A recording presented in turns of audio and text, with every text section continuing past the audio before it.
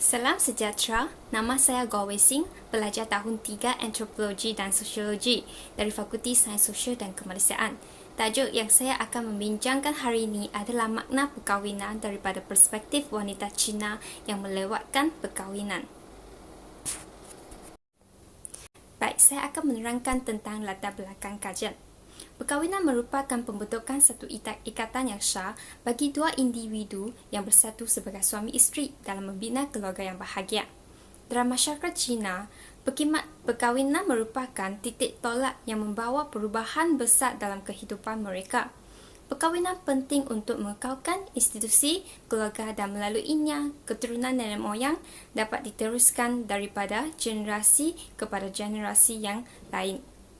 Walau bagaimanapun, permodenan dunia ini telah melahirkan trend yang berbeza dalam perkahwinan, iaitu trend kahwin lewat. Menurut kajian, kahwin lewat ini merujuk kepada golongan yang lambat berkahwin, iaitu ketika mencapai usia 30 tahun ke atas tanpa pengecualian dari segi agama, bangsa maupun kaum. Seterusnya, saya ingin menerangkan permasalahan kajian ini. Trend kahwin lewat telah menjadi satu fenomena yang sangat biasa dalam kalangan Malaysia. Berdasarkan laporan banjian penduduk tahun 2010 oleh Jabatan Perangkat Malaysia, terdapat lebih 5 juta lelaki dan wanita berusia 30 tahun ke atas masih belum berkahwin di seluruh dunia negara. Tambahan pula, umur minimum perkahwinan pertama bagi perempuan kaum Cina adalah paling tinggi berbanding dengan perempuan kaum lain. Malah, ajaran Konfusianisme yang menjadikan ajaran utama dalam kebanyakan keluarga Cina telah menekankan perkahwinan merupakan suatu peristiwa yang amat penting kepada kedua-dua unit keluarga serta masyarakat. Oleh itu, permasalahan kajian ini adalah mengapa masih banyak wanita Cina yang melewatkan perkahwinan.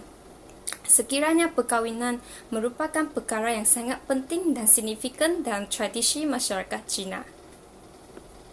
Demi menjawab permasalahan kajian, objektif kajian ini akan membincangkan makna perkahwinan dari perspektif Cina yang melewatkan perkahwinan di Pulau Pinang. Di samping itu, saya akan menerangkan metod kajian. Kajian ini dijalankan di Pulau Pinang kerana bilangan wanita bujang di Pulau Pinang adalah kedua tinggi daripada negeri keseluruhan. Saiz sampel kajian ini melibatkan 6 orang informan yang ditemu buat. Informan kajian ini terpilih berdasarkan persampulan bertujuan dengan 2 kriteria, iaitu wanita Cina yang berumur 30 tahun ke atas serta wanita Cina yang belum pernah berkahwin. Kajian ini menggunakan kaedah kualitatif. Hasil dapatan kajian dikumpulkan menggunakan teknik temu buang mendalam dengan informan berkaitan isu yang dikaji. Selain itu, dapatan kajian dianalisis secara mendalam berdasarkan tema yang tertentu. Seterusnya, dapatan kajian ini dapat dilihat dalam 3 aspek, iaitu makna perkahwinan, kepentingan perkahwinan terhadap wanita dan keperluan perkahwinan terhadap wanita. Berdasarkan hasil temubuan mendalam bersama informan, pengkaji mendapat menyimpulkan makna perkahwinan daripada perspektif wanita Cina yang melewatkan perkahwinan. Hasil kajian mendapati terdapat 4 pernyataan yang mendukung makna perkahwinan telah diinterpretasikan oleh informan, iaitu pertamanya mendapat teman hidup, kedua adalah 2 orang yang menjalankan kehidupan bersama, ketiga adalah tanggungjawab, dan keempat adalah meneruskan keturunan keluarga. Dapatan kajian menunjukkan majoriti informan mengatakan perkahwinan adalah mendapat teman hidup. Dapatan kajian ini dapat disokong oleh hujah Stigner dalam Turner dan Hills bahawa perkahwinan dilakukan oleh seseorang atas dasar combination and sharing. Dengan berkahwin, seseorang dapat mengatasi kesepiannya dengan berkongsi segala-segalanya dengan pasangan. Selain itu, menurut Judith Wallerstein, salah satu bentuk perkahwinan adalah bentuk teman hidup. Beliau menyatakan bentuk ini adalah bentuk perkahwinan yang paling biasa dalam kalangan pasangan muda. Hal ini juga menggambarkan perubahan sosial dalam 2 dekad terakhir. Selain itu, dalam aspek kepentingan terhadap wanita, majoriti daripada informan kajian berpendapat bahawa perkahwinan bagi seseorang wanita adalah tidak begitu penting.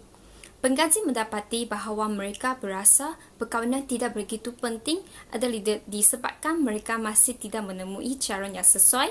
Tambahan lagi, mereka sudah melebihi umur ingin berkahwin. Sama juga untuk aspek keperluan perkahwinan terhadap wanita. Dapatan kajian menunjukkan separuh daripada informan kajian menyatakan bahawa wanita tidak semestinya perlu berkahwin jika tidak bertemu dengan pasangan hidup yang sesuai. Terdapat juga informan yang mengatakan wanita yang mempunyai kemampuan sendiri tidak semestinya perlu berkahwin. Dalam perbincangan kajian melalui makna perkahwinan yang diinterpretasi oleh informan-informan kajian, pengkaji dapat melihat berlakunya perubahan sosial dalam kalangan wanita Cina.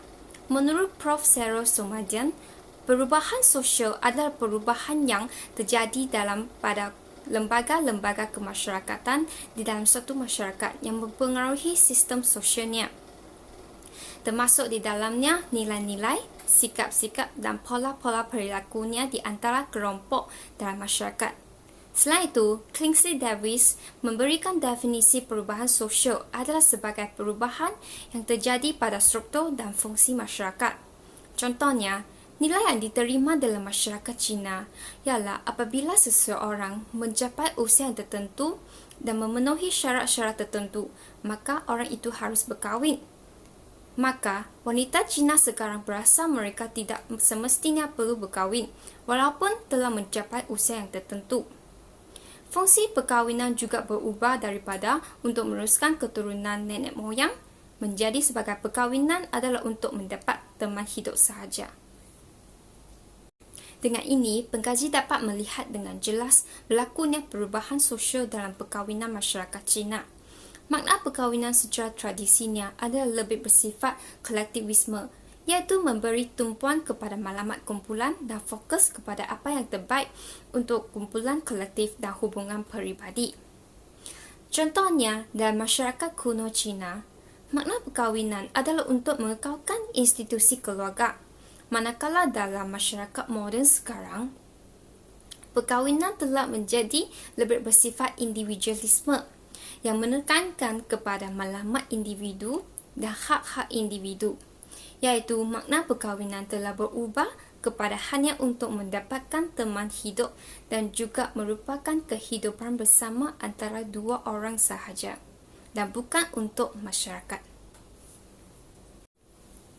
Secara kesimpulannya, dalam masyarakat Cina, perkahwinan merupakan satu tuntutan hidup dan mempunyai kesignifikan yang tinggi dalam kehidupan manusia. Perkahwinan bukan sahaja berperanan sebagai penyambung keturunan, tetapi juga membekalkan berbagai kelebihan kepada pembangunan keluarga. Walau bagaimanapun, perubahan sosial telah melahirkan makna perkahwinan yang baharu dalam kalangan wanita Cina di Malaysia. Makna perkahwinan bagi kebanyakan wanita Cina yang melewatkan perkahwinan adalah untuk mendapat teman hidup. Dengan ini, dapat dilihat perubahan yang berlaku dalam kalangan wanita Cina tentang makna perkahwinan semakin bersifat individualistik. Nilai tradisional masyarakat Cina yang menekankan kepentingan dan keperluan perkahwinan juga berubah. Ini saja daripada saya. Sekian, terima kasih.